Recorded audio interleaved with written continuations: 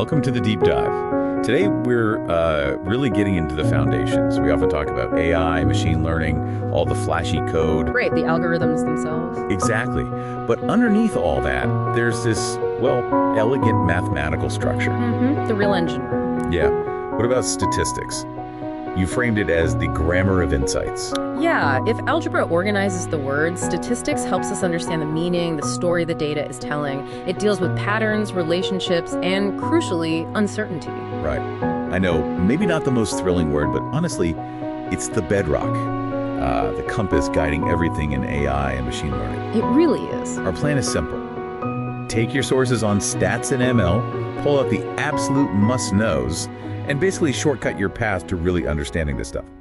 Let's maybe think about it like we're building a customer churn model. Stats is our guide. That's a great way to frame it. And you know, what's really fascinating is how statistics takes all that raw, messy data and turns it into something reliable, something interpretable. Right. It's what makes an AI system trustworthy, not just predictive. It gives us actual confidence, say, in those churn predictions we're making. Okay, so it's like a universal language then, for anyone working with data, whether that's healthcare, marketing, whatever. Exactly, a common ground. So let's unpack the main branches. I gather there are two. How do they work together? Yeah, two main ones. And critically, they aren't really separate things. It's more like a cohesive feedback loop. Yeah. You've got descriptive statistics first. Okay. That's all about summarizing the data you know. So for our churn example, think calculating the average age of customers who churned or the variation in their contract lengths, the mean, the variance, that sort of thing. Just describing what's there. Precisely. Then inferential statistics comes in. It uses samples like our historical churn data to make, well, reasonable guesses or predictions about the bigger picture, the unknown population of all our customers. Making the leap from the sample to everyone. Exactly. And here's the loop. Say our descriptive analysis shows the churn data is really skewed, maybe lots of very new customers leaving. That insight immediately tells us, okay, be careful. We probably shouldn't use certain inferential methods that assume data is nicely balanced, normally distributed. Right. So it guides the next step. It guides us towards maybe transforming the data first or using different kinds of statistical tests that don't rely on that assumption. It's synergistic. Got it. So descriptive stats really kicks off our understanding. It's the core of exploratory data analysis. EDA, right?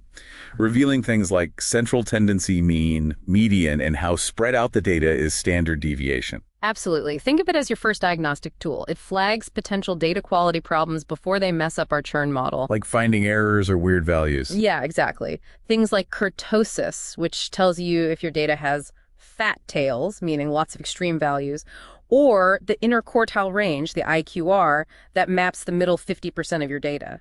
These are great for spotting outliers because they aren't as easily fooled by those extreme values as, say, the simple mean is. Okay, so it helps clean things up. Definitely. And that leads to practical steps. Like if you have missing age data, maybe you fill it in with the median age, which descriptive stats help you find reliably. Or using z-score standardization that's scaling features so they all contribute fairly to the model. Or maybe a log transformation if your data is heavily skewed to make it behave better for certain algorithms. Okay, that makes sense. So we use descriptive stats to understand and prep the data. Now, building on that, we move into inferential statistics, using that feedback loop you mentioned. The goal here is generalizing, right? Making sure our churn model works on new, unseen data, not just the data we trained it on. Precisely. Generalization is key. And often, people just report a single accuracy score for their model, like 90% accurate. But inferential stats gives us better tools. Like Confidence intervals. Instead of just saying 90%, maybe we find a 95% confidence interval for our churn model's accuracy is, say, 88% to 92%. That range gives a much more robust and honest picture of how reliable that model likely is in the real world. a range of possibilities. I like that. Yeah. And this is where it gets really powerful, I think. Inferential statistics brings in hypothesis testing. It's basically the scientific method applied to machine learning. Okay, how does that work? Well, you start with a default assumption, the null hypothesis, or H0, H dollars. This assumes there's no effect or no difference. For our churn model, H dollars might be customer age has no impact on churn. The status quo, kind of. Kinda, yeah. Then you have the alternative hypothesis, H1, H$1, which is what you're actually trying to claim customer age does impact churn. Okay. Then you look at your data and calculate a p-value. The p-value tells you the probability of seeing results like yours if the null hypothesis were actually true. Okay. Probability of the data if H0 is true. Exactly. And if that p-value is really small, usually less than a threshold called the significance level, often 0.05, it suggests your observed data is pretty unlikely under the null hypothesis. So you reject $H$ in favor of H$1. So you'd conclude age probably does impact churn. Correct. It's super useful for formally validating which features are actually important for your model, or for A/B testing comparing two different versions of your churn model, maybe using something like a t-test to see if the performance difference is statistically significant, or if it could have just happened by random chance. That sounds incredibly useful, but also like something you could easily misuse. Which brings us to statistical rigor and potential pitfalls. You mentioned statistical significance. Is that the same as being important in the real world? Great question. And no, absolutely not. That's a huge pitfall. Statistical significance having a low p-value just means the observed effect is unlikely to be due to chance. It doesn't automatically mean the effect is large enough to be practically significant or meaningful in a business context. You might find a statistically significant difference that's actually tiny and irrelevant. Okay, so don't just chase low p-values. Definitely not. And another big one is misunderstanding the p-value itself. A p-value of 0.05 doesn't mean there's a 5% chance the null hypothesis is true. Remember, it's the probability of the data, assuming the null is true. Subtle, but important. Right, the condition is key. And then there's the multiple comparisons problem, or sometimes called the multiplicity mess.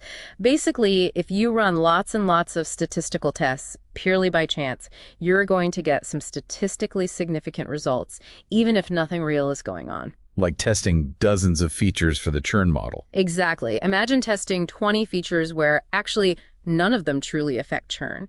With that standard 0.05 significance level, you'd still have roughly a 64% chance of finding at least one feature looks significant just by random luck. Yeah, okay. That could lead you to put useless features in your model. Precisely. It contributes to overfitting, building a model that learns noise instead of the real signal. That's why it's crucial to also report the effect size. This tells you the magnitude or strength of the effect, not just whether it exists statistically. It gives you that practical perspective. Okay, so p-value plus effect size gives a fuller picture. It seems clear then that descriptive and inferential statistics really work hand in hand. You need both for solid data science. Absolutely indispensable. From that initial look at the data with descriptive stats, right through validating your final churn model with inferential methods, statistics ensures integrity. So it keeps everything honest from start to finish. Yeah. So what does this all mean for you listening?